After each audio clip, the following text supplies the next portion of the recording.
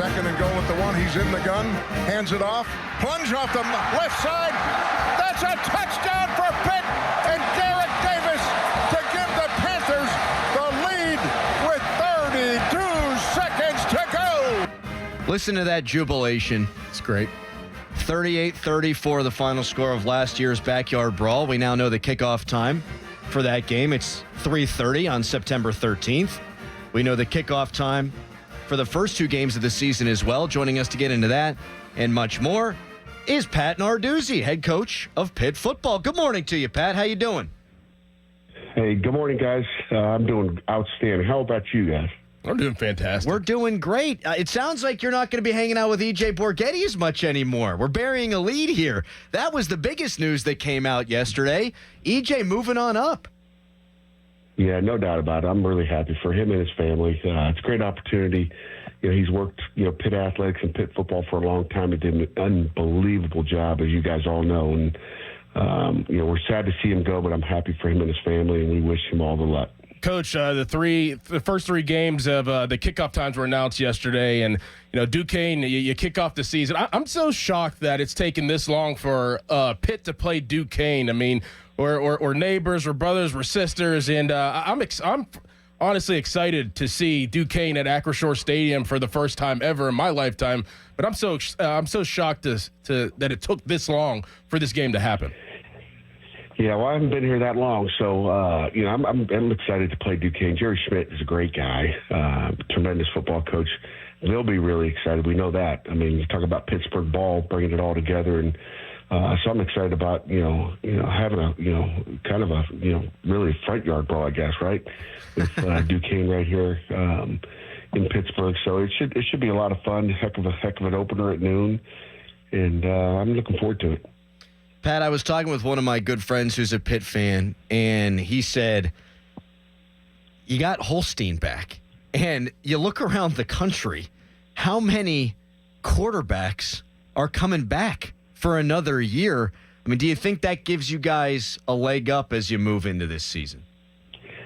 It's amazing you say that. I mean, it used to be the quarterbacks were your guy, and, Eli being a redshirt sophomore and being back, we're excited, obviously. But it's so sad that you have to kind of say that, quarterbacks don't return. They just transfer somewhere else. And but we're fired up for Eli now.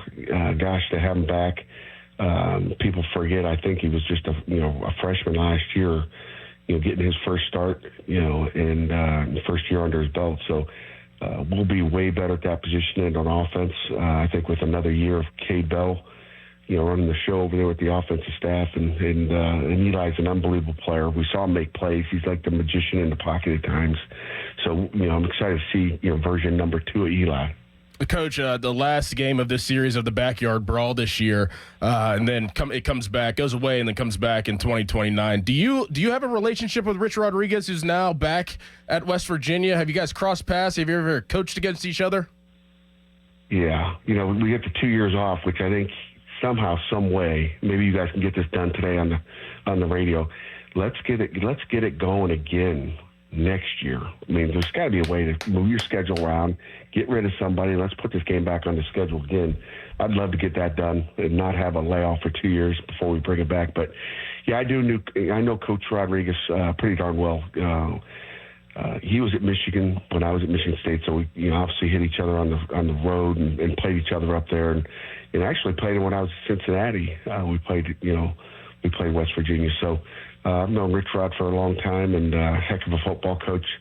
He's brought a lot of passion back there, into Morgantown, and I know they're excited, to get it going. I know he'll be ready to go. I know, at least I think, you both seem similar to me, Pat, that you're both old school guys coaching in the new modern version of college football. I think they're going to have like 80 new players on the roster this year, and I imagine that he's doing it through gritted teeth. And Dorin and I were talking, I mean, do you ever get a day off anymore with the state of things? Well, we try not to have 80 players, that are brand new, so that gives you at least 2 days off at some point during the year. But no, we get our days off. Trust me, we get our days off. There's, when the portal closes, opens up, all that stuff. It's crazy. But if you're organized like we are and detailed, you have time to breathe and really do the things you love to do. I mean, when you have time off, we want to coach football. We want to, talk about the X and O's and strategize.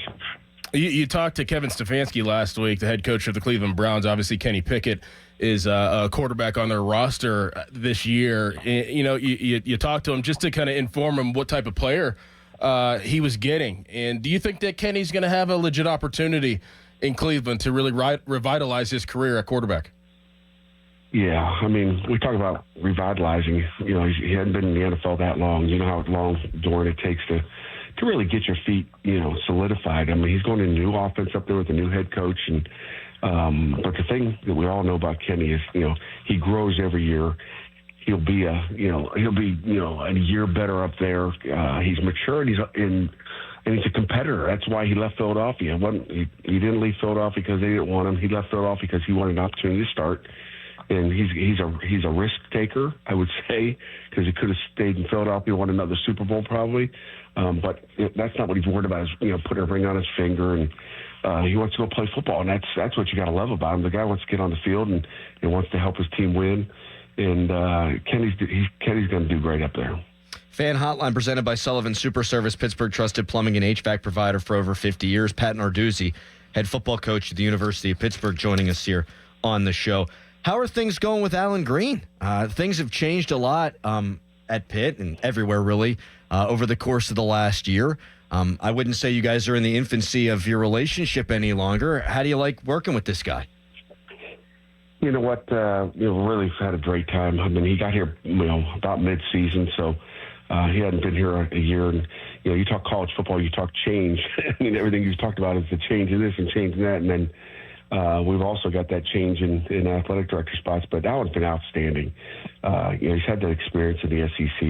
He's been at Auburn, been at Tennessee, and we're grateful to have him here in Pittsburgh for sure.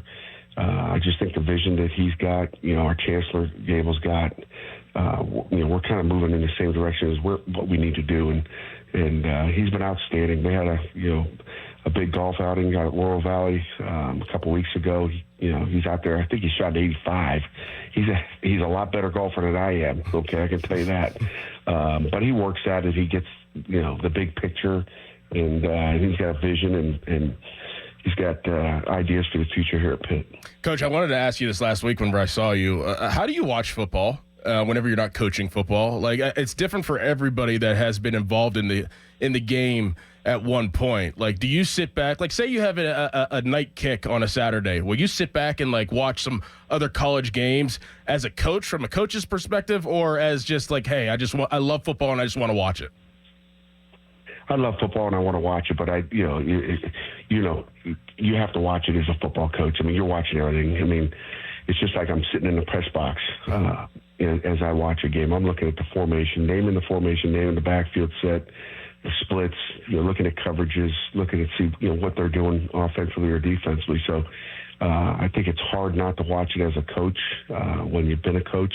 I think as a kid you watched it just to watch the game and see what the quarterback's going to do and who's going to throw it to or hand it off to. But you watch it as a coach, and it's not like it's work. It's still fun. You think that's how I watch it, Dorin? Yeah, that was exactly what that's right. I'm breaking down formations. Yeah, you're breaking down splits and everything. Nah, my feet are up. There's a cold beer in my hand. Yep. Pat Narduzzi, our guest here on the Fan Morning Show. I did want to ask you one more brawl question. People are so excited. 3:30. I was waiting for it to come. Adam. I was waiting. A 3:30 kickoff. It's a good one. Well, I was going to say, I think you might find that the fans are a little less liquored up this time than last time. I think it was, a 6 p.m. kickoff whenever it got back to Morgantown. Yeah. But I just wanted your thoughts on how this rivalry, now that you played it 3 times as the head coach at Pitt, compares to other rivalries you've been a part of.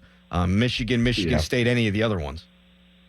Yeah, they'll definitely be probably less liquored up, probably less likely, to throw a full beer can at you on the field. Hopefully they'll still be interested in drinking it first, and maybe it's an empty one. But I tell you what, Adam, this rivalry goes, probably right at the top or near the top of rivalry games I've played in. And if, the people in Pittsburgh have never been to the Backyard Brawl, it is one of the best, if not the best, in the country, in my opinion. And again, what makes a great rivalry? There's a lot of hate in this rivalry. I've been around a lot of rivalries, but the hate that West Virginia has for Pitt, the disrespect, to me, that makes a rivalry.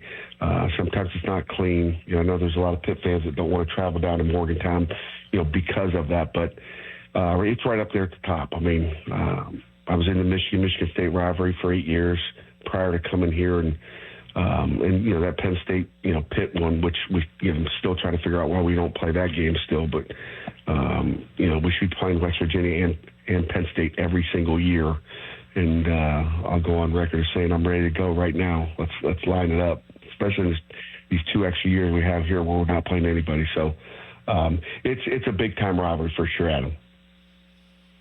What are you smiling for, Dorin? I'm just kind of pondering why that Penn State doesn't want to play Pitt, right now. I can't figure out a reason why. I can't either. I just looked at their schedule the next 2 years. They got plenty of space. Plenty of space. Does Penn State. All right, Pat. We appreciate your time as always. Thank you so much, and hopefully we can catch up a time or two here on the show before the season kicks off. You got it. Thanks for having me on, and have a great weekend. You too. Go to Pitt. Thanks, Coach. Thanks. Pat Narduzzi. He always finds a way to get that one in there. I think he was kind of biting his lip a little bit about that, chiming in. Well, the last comment. That's why you and I we did the journalist thing there. Yeah. We kind of give it half a sec, see if he's going to say anything else. I respect the hell out of Pat Narduzzi because he goes on record and says, let's play the Backyard Brawl again next year. And let's play it the year after. And then at the end, he throws, we could play Penn State and West Virginia. Yeah.